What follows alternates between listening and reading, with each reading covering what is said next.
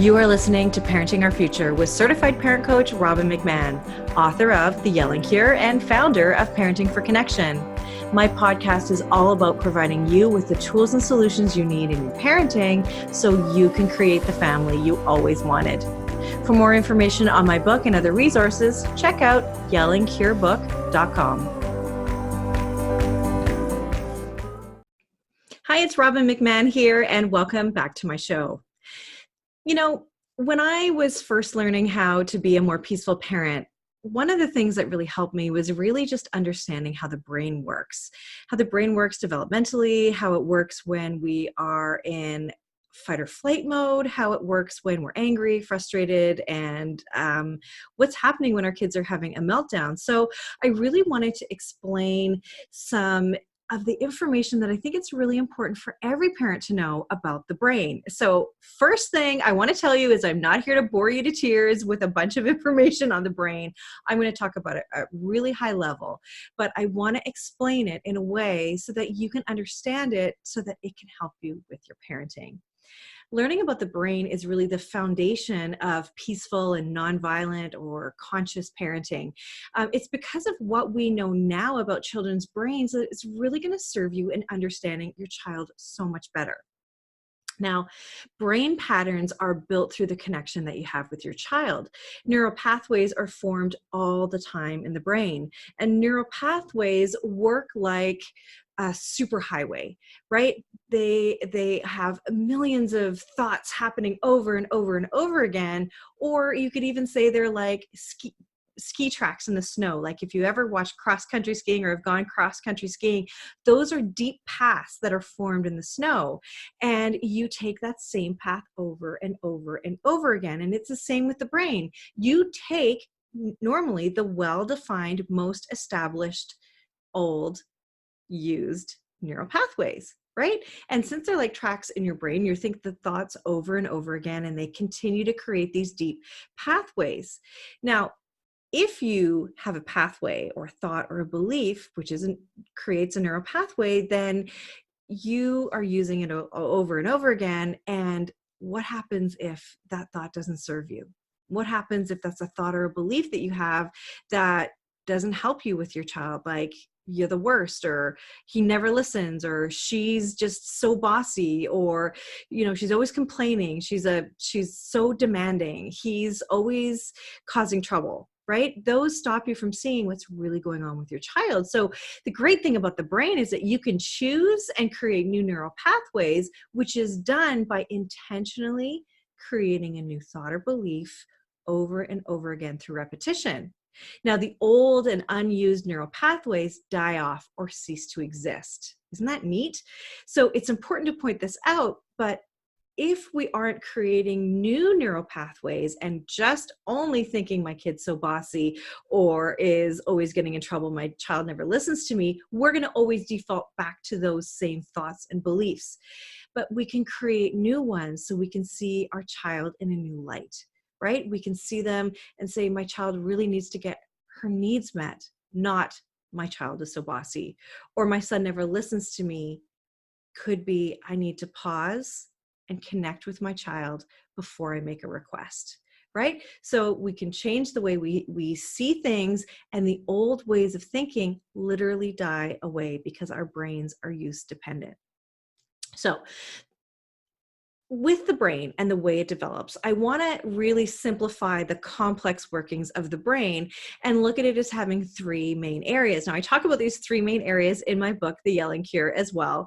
And really what it is we're looking at the brain as a lower area of the brain, which includes the brainstem and cerebellum. And this is the area of the brain that's most developed when babies are born.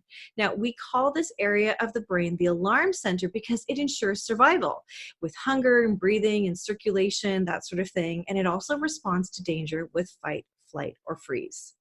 The next area of the brain is the middle area, or the emotional brain. And this is the area that is the amygdala, right? Again, in simple terms, it's the amygdala, and it's the emotional center of the brain. This is where we have feelings, and more feelings. It also houses memory and a sense of self. Now, here is what I really want you to hear is that children from birth to 7 years old are living in this emotional center of their brain. And this is so helpful to know because knowing where our children are coming from age 7 to birth, knowing that they're in their emotional center, it just shows that when they have big outbursts and meltdowns and tantrums, they're really just acting their age. Now, the third area of the brain is the higher area of the brain, and this is the rational center, also known as the neocortex or the frontal lobes. Now, this is the area of the brain that manages reasoning, rational thought, problem solving, creativity, imagination, kindness, compassion, empathy, and concern. So in other words, it's where all the good stuff is. It's where all of what you want to see your child to become as an adult all lives. Now, this area of the brain developmentally takes off around the age of 7, but doesn't fully develop until the age of about 24 or 25. Now, this is a really important note because let's say you have a teenager and you're feeling pretty hopeless with your teenager. Remember that they have many, many, many more years of brain growth, which means much more time to mature and to settle in to being the person who they are going to be. So just keep that in mind. And of course, in the teen years, there are lots of things going on brain-wise. They're definitely in an emotional state as well, but there's lots of things going on in the brain, which will be a topic for another show because really the teenage brain deserves its own show. Now, although the different areas of the brain are developing from infancy onward, we can generally say that the human brain develops from the lower brain to the higher brain. So from the alarm center to the emotional center to the decision-making center of the brain, low, middle, and higher. Now, let's talk about how the brain works in relationship to meltdowns. Which area of the brain do you think they come from? Well, they come from the middle brain, right? Since the lower area is fight, flight, or freeze, and the middle is the emotional center of the brain, that's where your child is during a meltdown. The higher center of the brain literally shuts down. Now remember, that's where reasoning and rational thought lives. So it's no wonder that we get irrational displays of emotion from our kids and us as parents too, if we are caught in our own meltdown, which I know happens. It's happened to me. And sometimes, I can get caught up in that too, even now. So now as parents, if we're able to keep our calm and we're able to parent from our higher brain, which is where we want to parent from, which is with calmness and empathy and compassion. But look, when we're triggered and angry, where do you think we're parenting from? Well, we're parenting either from our middle brain or our lower brain. Sometimes we're in fight or flight or freeze, right? So since your child is in their emotional center when they're having a meltdown, there is no way to reason with your child because they can't access that part of the brain. And the same goes for you if you're triggered. You can't access your higher brain. So since everyone is all emotion, it's not the time to parent your child. And if you're not in your higher brain, it is your child can't be parented when they're in that state, and you cannot parent your child effectively. So we've got to wait until everybody calms down, take some breaths, give everybody a moment to just be calm, and then you can parent your child. Now, when our child is in the middle of a meltdown, what do we often do? We often say things like, use your words, or just calm down, or will you cut it out? Will you stop it? Stop it right now. Well, your child can't do that. They don't have access to that higher brain, right? I can't emphasize it enough. And quite honestly, what would you do if you were in the middle of your own meltdown? Would somebody saying, calm down, or just stop it, or get over it, would that actually help you? Probably not. I think I would rage even harder. If you can't recognize that I'm upset right now and you think that I can just turn this off and stop crying and being upset, well, you're out of your mind if you think I can. Well, it's the same for our kids. Why do we expect them to do things that we can't even do, that we would be really angry at someone for suggesting we do? Never in the history of calming down has telling someone to calm down ever calmed anyone down. Am I right? So don't do it for your child. What if instead we look at our kids as living in this world of giants, right? And they have to make sense of it throughout the day, and they are experiencing frustrations and upsets all day long. And they literally have no way of dealing with their feelings or even able to articulate them to us, to tell us what's really going on. And as they go about their day, they still experience these frustrations and these upsets, and they're actually building stress hormones up until they come to a critical point. And we're so lucky because our young ones are built with a mechanism to help them release the pressure of these stress hormones that are building all day long. But guess what that is? It's a meltdown or a tantrum. So yes, what I'm saying is they are totally normal and expected, and it's part of the way they are wired at this age. So if this is the way they are, then why are we fighting against it? What if we showed up with acceptance of their emotions and said, I know you need to cry right now. Let's sit together until there aren't any more tears. I'm here with you until you calm down. This way you don't have to criticize them or think that they're just trying to manipulate you or embarrass you. You just need to let them know it's okay to let it out. And if you are able to do that, if you're able to just accept them and show up with that acceptance, they're going to feel it. And they're going to be so much faster to calm down and end the meltdown. You need to try it. The next time your child has a meltdown, tell them, yes, I see you need to cry. I see you need to take some time to be upset, and I'm going to let you do that. I'm going to sit with you until you feel better. How does that sound? Do it. Do it, and you'll see that it is a game changer, because anything else is working against what's happening in your child's brain, what's happening with the way they're wired. So give it a try. You are currently listening to the Parenting Our Future podcast. I'm parent coach Robin McMann. If you're enjoying this podcast, please share it with someone who you think might also need to hear this message. And please don't forget to subscribe, and I would be grateful if you gave me a 5-star rating on iTunes. If you'd like to connect with me, all my details are in the show notes, and for a copy of my book, go to yellingcurebook.com. Now back to the show. So now let's talk for a minute about what happens when your kids are watching a screen. What happens in the brain? First thing I want to ask you is, have you ever been watching TV or cooking dinner and immediately, all of a sudden, without warning, the power goes out and everything goes dead? It's hard to come out of that state of pleasure, isn't it? And it actually feels like a jolt. I've been in a shopping mall when the power went out and everybody goes, oh, like it's a shock, and then we all react. Well, this is the same jolt that our kids feel when they're immersed in screen time. It's hard for us to experience the jolt, and it's equally hard, if not even harder, for our kids. Because when they're absorbed in a game or a show, mentally, they're in another world. And it's during these moments that our brains produce dopamine, which is a neurotransmitter that sends signals to muscles to make them move and can make you feel really good and also relieve stress and pain. And brain-wise, all is well until the screen is turned off. And what happens is that the dopamine levels in the body drop fast and without warning, and can literally cause a sensation of pain in the body. And that's when we go from screen time to scream time with our kids, right?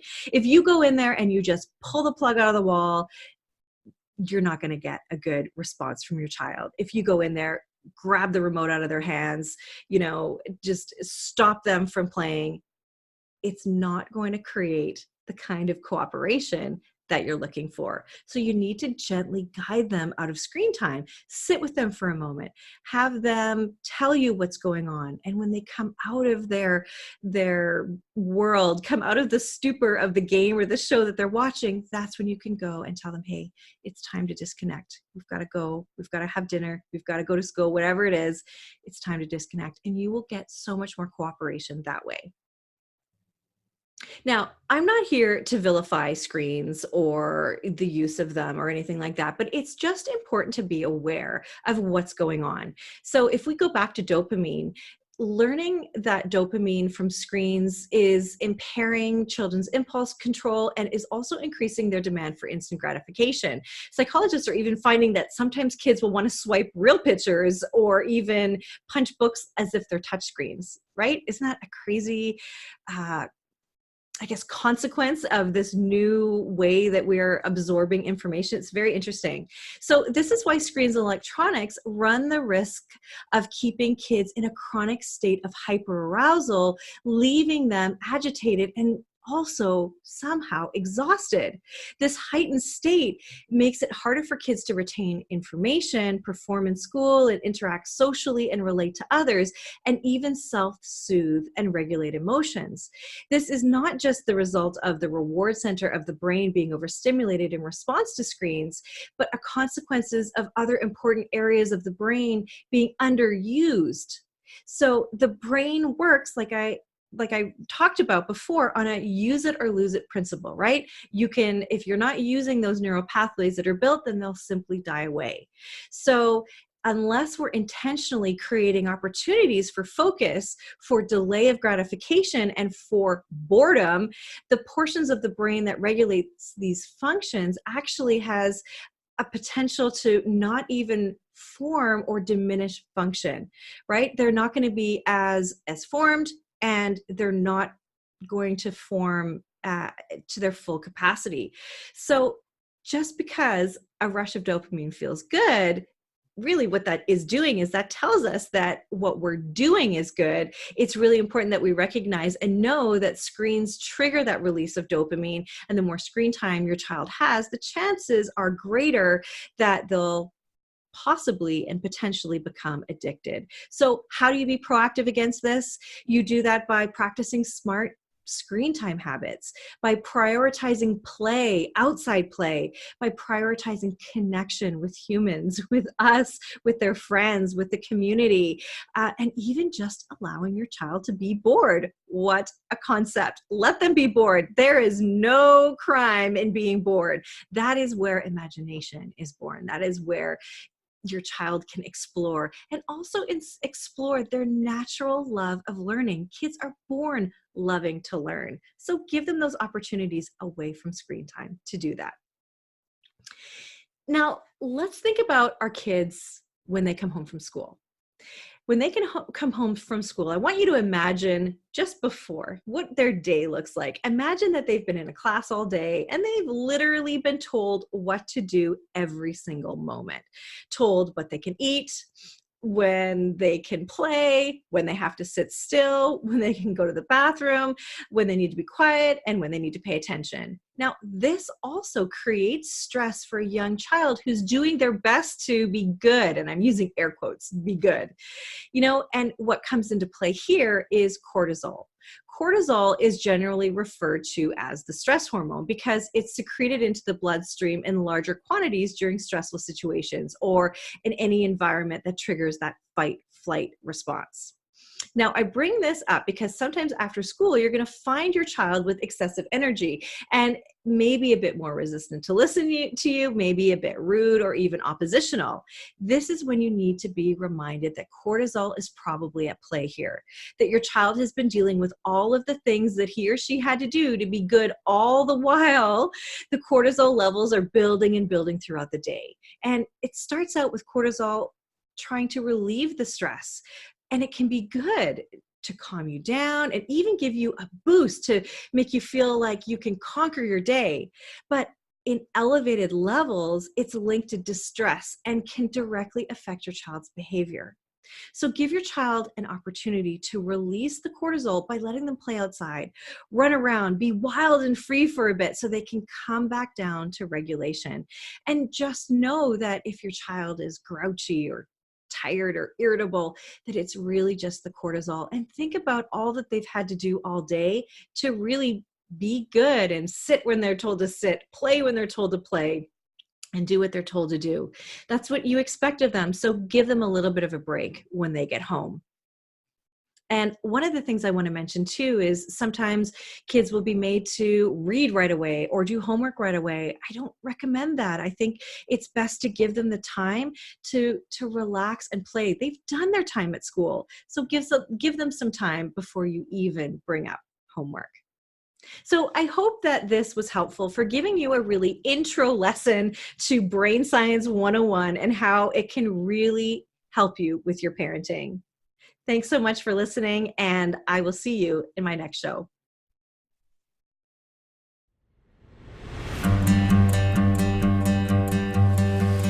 Thank you for listening to this edition of my podcast, Parenting Our Future. I'm parent coach Robin McMann, and if you're enjoying this podcast, please share it with someone who you think might also need to hear this message. And don't forget to subscribe, and if you like my work, I would be grateful if you gave me a 5-star rating. For those of you who like my content and want more, visit me at yellingcurebook.com to get your copy of my book and to find other resources to help you. Until next time, I am wishing you and your family peace and connection.